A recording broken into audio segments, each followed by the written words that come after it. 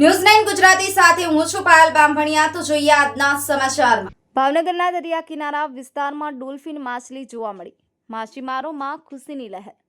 ભાવનગર જિલ્લાના દરિયા કિનારા વિસ્તારમાં ફરી એકવાર ડોલ્ફિન માછલીઓનું મનમોહક દ્રશ્ય જોવા મળ્યું છે।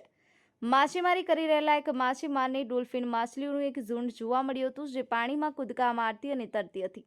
મળતી માહિતી મુજબ જિલ્લાના મહુવાથી લઈ અને ઘોઘા સુધીના દરિયા કિનારાના વિસ્તારમાં ભરતીના સમયે અવારનવાર ડોલ્ફિન માછલીઓ જોવા મળતી હોય છે।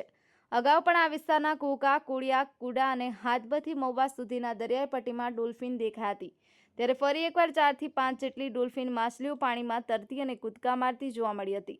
દરિયામાં માછીમારી કરવા ગયેલા એક માછીમારે આ ડોલ્ફિન માછલીઓના ઝુંડને પોતાના મોબાઈલમાં કેમેરામાં કેદ કરી લીધું હતું। ડોલ્ફિનના રમણીય દ્રશ્યો જોઈ અને માછીમારોમાં ખુશીની લહેર જોવા મળી હતી।